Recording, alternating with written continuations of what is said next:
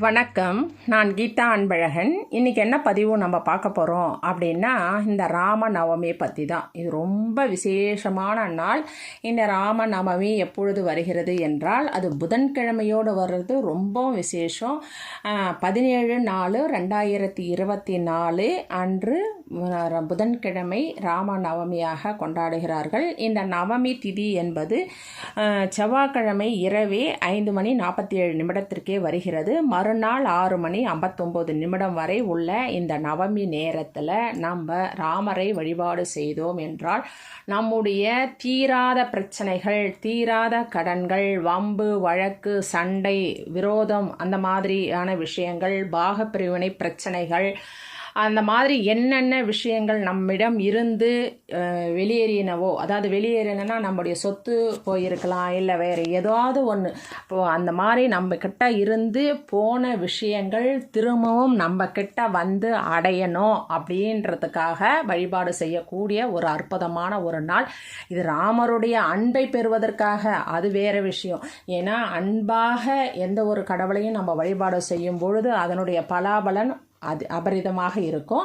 ஆனால் இந்த நாள் எதற்காக பயன்படுகிறது என்றால், நம்முடைய கஷ்டங்கள் தீர வேண்டும், நம்மிடம் இருந்து பிரிந்த அத்தனை உறவுகள் சேரணும், அல்லது உடைமைகள் சேரணும், சொத்து சேர்க்கை ஏற்படணும், அந்த மாதிரி விஷயங்கள் செய்வதற்கு ஜெயம், வெற்றி வேணும் எனக்கு அப்படின்னு நினைக்கிறவங்க இந்த நாளை பயன்படுத்திக்கலாம்.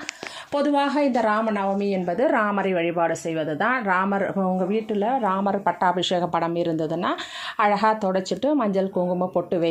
அப்படி இல்லை அப்படின்னா சிலை இருந்ததுன்னா அதை வச்சு பூஜை பண்ணுங்கள். அதுவும் இல்லைன்னா பெருமாள் படம் இருந்ததுனாலும் பரவாயில்லை, அதையும் நீங்கள் ராமராக நினைத்து அழகாக நீங்கள் மஞ்சள் குங்குமம் பொட்டு சந்தனம் வச்சு நல்ல வாசனையான மல்லி மலர் வைங்க, துளசி சாத்துங்க. சாத்திட்டு வீட்டில் நெய்வேத்தியமாக பானகம் வைக்கணும், நீர்மோர் வைக்கணும். கண்டிப்பாக ராமருக்கு முடிந்தால் நீங்கள் மற்றவர்களுக்கும் அன்னைக்கு நீர்மோர் தானமாக கொடுத்தீங்க, பானகம் கரைச்சி தானமாக கொடுத்தீங்க அப்படின்னு சொன்னால் உங்களுடைய கர்ம வினைகள் கண்டிப்பாக அகலும், உங்களுடைய தடைகள் அகலும். எதற்காக வாழ்க்கையில் பல முட்டுக்கட்டைகள் இருந்தாலோ, அல்லது சில விஷயங்களை நீங்கள் முயற்சி செய்து அது தோல்வியில் நடந்தாலோ, அது வெற்றியாக முடிய வேண்டும் என்றாலும் அதற்காக பிரார்த்தனை செய்து கொள்ள வேண்டிய ஒரு நாள் இந்த ராமநவமி.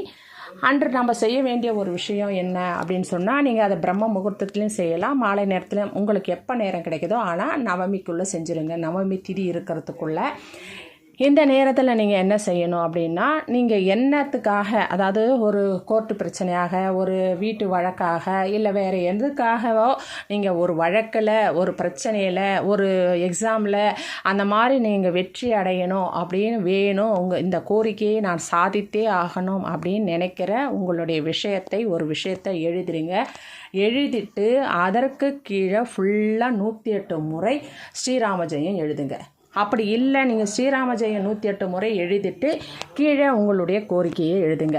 எப்படி எழுதினாலும் பரவாயில்லை, உங்களுடைய கோரிக்கை எனக்கு வெற்றியாக நடத்தி கொடுக்கணும் அப்படின்றதுக்காக இந்த ஸ்ரீராம ஜெயம் இருக்கின்ற இடத்தில் ஜெயம்தான். ஜெயம் என்றால் வெற்றி தான். வெற்றி கண்டிப்பாக உங்களுக்கு வந்து சேரும் நீங்கள் சொல்லுகின்ற கோரிக்கைக்கு. அதனால் இந்த ஸ்ரீராம ஜெயம் சொல்லும் இடத்தில் ஸ்ரீ ஆஞ்சநேயர் உட்கார்ந்திருப்பார், அவர் கேட்பார் என்பது பெரிய புராணம். அதை பற்றிலாம் சொன்னோன்னா நேரம் பத்தாது. ஆனால் ஸ்ரீராம ஜெயத்தை மிஞ்சின ராமா அப்படின்ற மந்திரத்துக்கு மிஞ்சின மந்திரமே கிடையாது. அவ்வளவு அற்புதமான மந்திரம் ராமநாமம். இந்த ராமஜெயம் என்பது அதைவிட விசேஷம். ராமஜெயம் என்றால் வெற்றியை கண்டுவிட்டேன் அப்படின்ற அர்த்தம். அதாவது சீதா பிராட்டிக்கு ஆஞ்சநேயர் ராமர் வெற்றியை அடைந்து விட்டார் என்பதை சொல்லுவதற்காக சொன்ன வார்த்தை தான் ஸ்ரீராம ஜெயம். ஸ்ரீராம ஜெயம், ஸ்ரீராம ஜெயம் என்று கூத்தாடினார் அந்த ஆஞ்சநேயர் பகவான் எங்கே, சீதாதேவி முன்னாடி. அப்போது வந்த வார்த்தை தான் இந்த ஸ்ரீராம ஜெயம் என்பது. அதனால் இந்த ராமஜெயம் சொல்லும் இடத்தில் அனைத்து வெற்றிகளும் நமக்கு கிடைக்கும். அதனால் கண்டிப்பாக இந்த ராமஜெயத்தை நீங்கள் சொல்லுங்கள்.